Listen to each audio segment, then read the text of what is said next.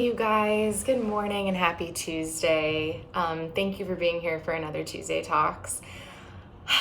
I don't know if it's just me, maybe it is just me, but do you guys ever have these types of days where it's like you have really important stuff to say, but then when you start saying it, it just kind of turns into mush? I don't know if it's just me. Usually I record these videos like in a one take kind of thing because I love living in my authenticity and I really truly just want to be myself with you guys. And I don't know why, but today I have such important things to say. And every time I try to say it, I get so lost in my words that I just kind of keep losing my train of thought. So, you know what? I'm going to take another sip of my coffee. We're going to jump into this together. And with that disclaimer, stay with me, you guys. Stay with me because today we're going to be talking about how to create change and following our intuition. So with that, I'm hoping that caffeine can give me some magic so I can try to say this again. So I'm trying to break this down in the easiest way to explain to you guys because intuition is something that is so complicated and it's so unique to each of us and so individualized. So actually, one thing that I would love to know, if you guys want to comment down below and let me know, how does your intuition show up for you? Is intuition for you kind of this physical sensation, like maybe a warm feeling in your belly? Or is it more of this kind of quiet knowing where it's not physical, but it's more kind of mental? Or maybe there's a thought you have where you're kind of like, oh, that's my intuition chiming in. Let me know. But the reason why I'm picking this topic today is because it's been coming up so much in my sessions with my one-on-one clients is how do I listen to my intuition? What does my intuition sound like to me? And people are kind of working through discovering this. So that's one kind of aspect. But the other aspect in my own personal life that I've been getting so much is, Lindsay, how do I create change? I want to develop some daily habits. I want to get back to some structure. And what is one daily habit? Like if you had to give me one, Linz, what's one daily habit that can help create bigger change?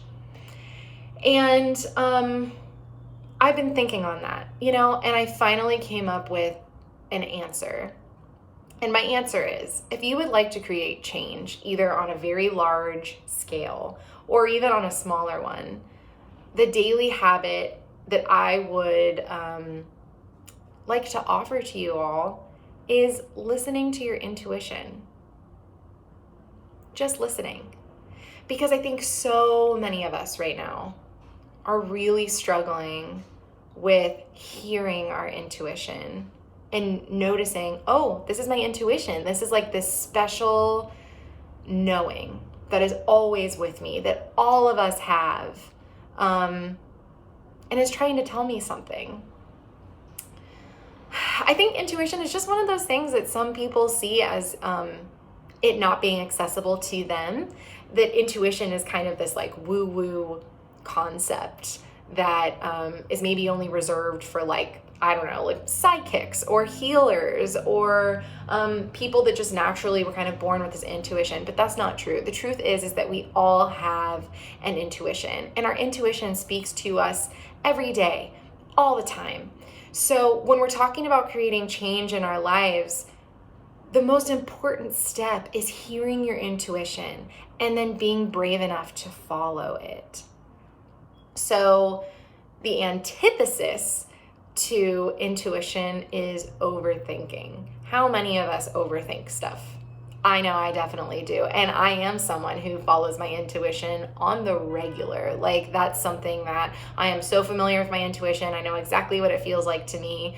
And I try my best to follow it because it never steers me wrong. However, I'm also a person that lives with a lot of anxiety. I suffer from PTSD, and it's something that I've worked on in therapy for years now.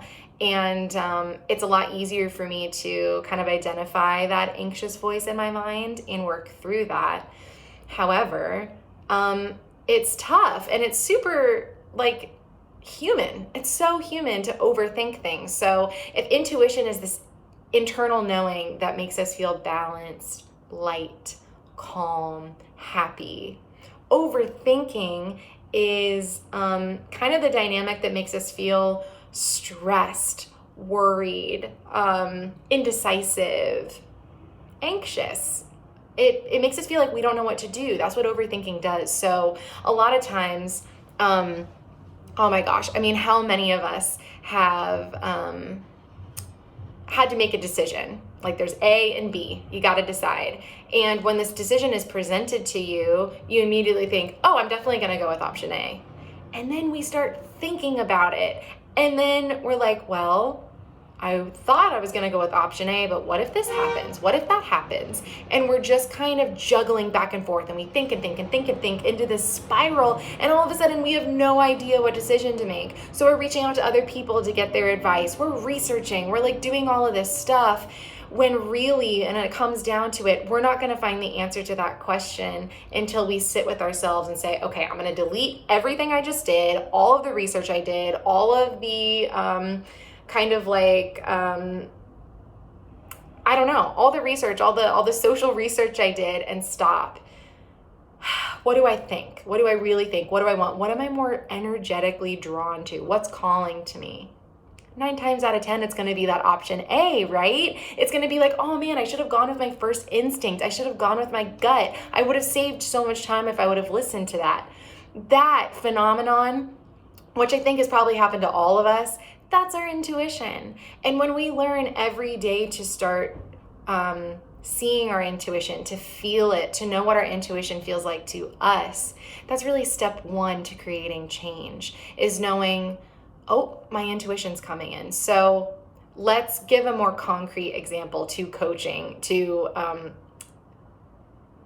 my page and to kind of like my brand, like what I'm talking about. So a lot of my clients really, so many of them want to work on career, making more money, how to start a business, talk about the stuff they have going on with their jobs, right? That's what so many of us want to be coached on and to talk about.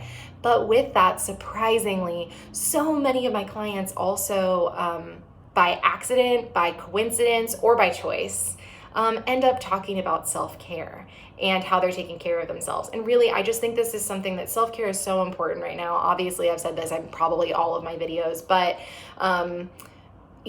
with this pandemic, we really are being forced to prioritize taking care of ourselves. Because if there's anything that this world is teaching us, it's that no one is going to take care of you but you, or maybe no one can take care of you except for you.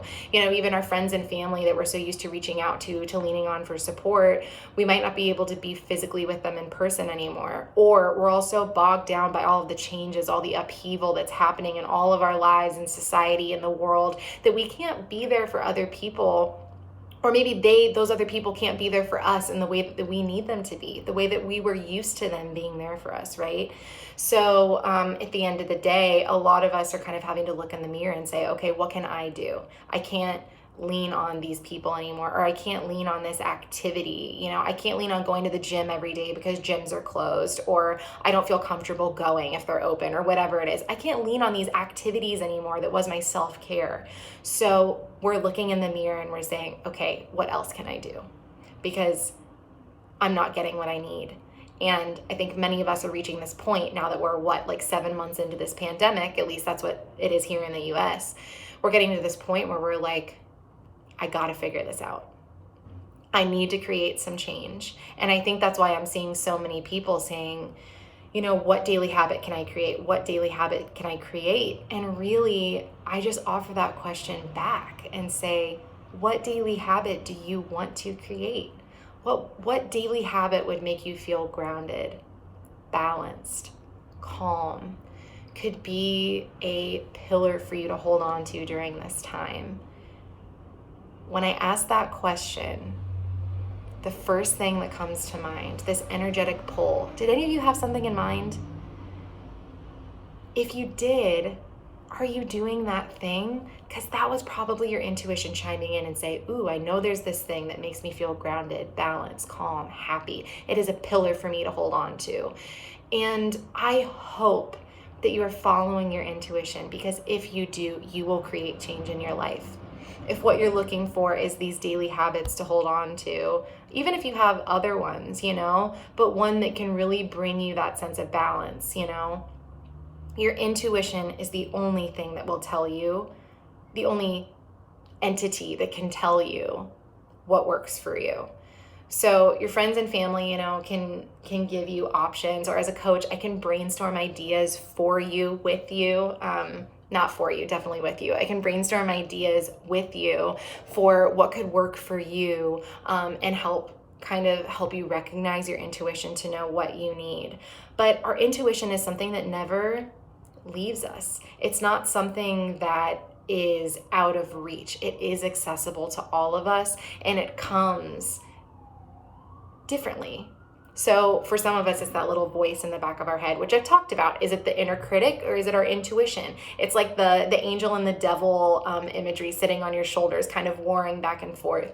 Which one is that like angel energy, if you will, your intuition, the one that has your best interest in mind? And then which one is the other one that's trying to tear you down, is playing that devil's advocate, is trying to have you overthink and get stressed instead of feeling that calm, clarity sort of feeling? When we get familiar with our inner critic, which is what I've talked about in an earlier video, we also can get familiar with our intuition, the opposite voice. And when we're familiar with what our intuition sounds like and feels like and how it manifests for us, we can start following it. And it can be scary if you're not used to following your intuition, if you're a person that likes to follow logic and, enjoys overthinking for whatever reason. I used to be one of those people. I found a lot of energy out of overthinking, and I think I was creating this drama for myself that when I finally landed on my intuition, finally went with my first option, I felt like I finally deserved that. I felt like I really deserved to follow my intuition, to make the choice of what was best for me and what I wanted, because I overthought and I put myself through hell, quite honestly, to make that decision when I didn't have to do that.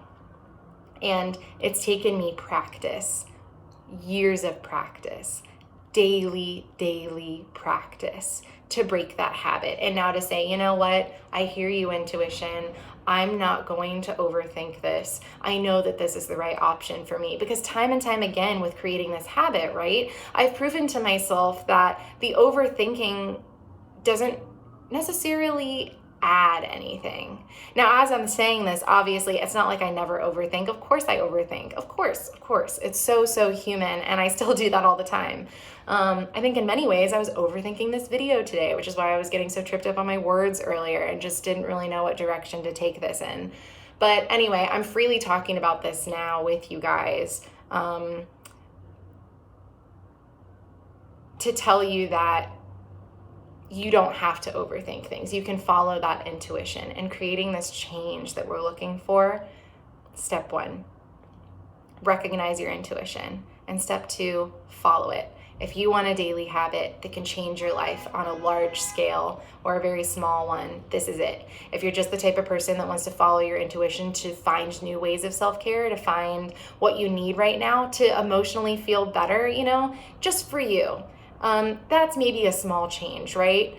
Or huge, but we'll start with that being a small example. Following your intuition is the way. If you are trying to manifest your dream job and you've been working so hard for years, trying to chase this dream, and you're like, I need a daily habit. I need a daily habit to chase this goal. You are like a big dreamer trying to reach your goal. It's the same thing for you. Listen to your intuition and follow it, because when we follow our intuition is that inner knowing that wants what's best for us. And when we follow that, we will get what is truly best for us, what's aligned for us. And you deserve that. I deserve that. We all deserve that. So let me know if this video resonated with you. I love talking about intuition. So if this is something that has piqued your interest and is a topic that you're not very familiar with, would like to learn more about, please reach out. I would love to talk to you about how to access your intuition to create change. So that's what I have for you guys today. I hope you have a beautiful Tuesday, or whatever day. I hope you have a beautiful day or night whenever you're watching this. And I'm so excited to connect with you guys again soon. So have a great day, and bye, you guys.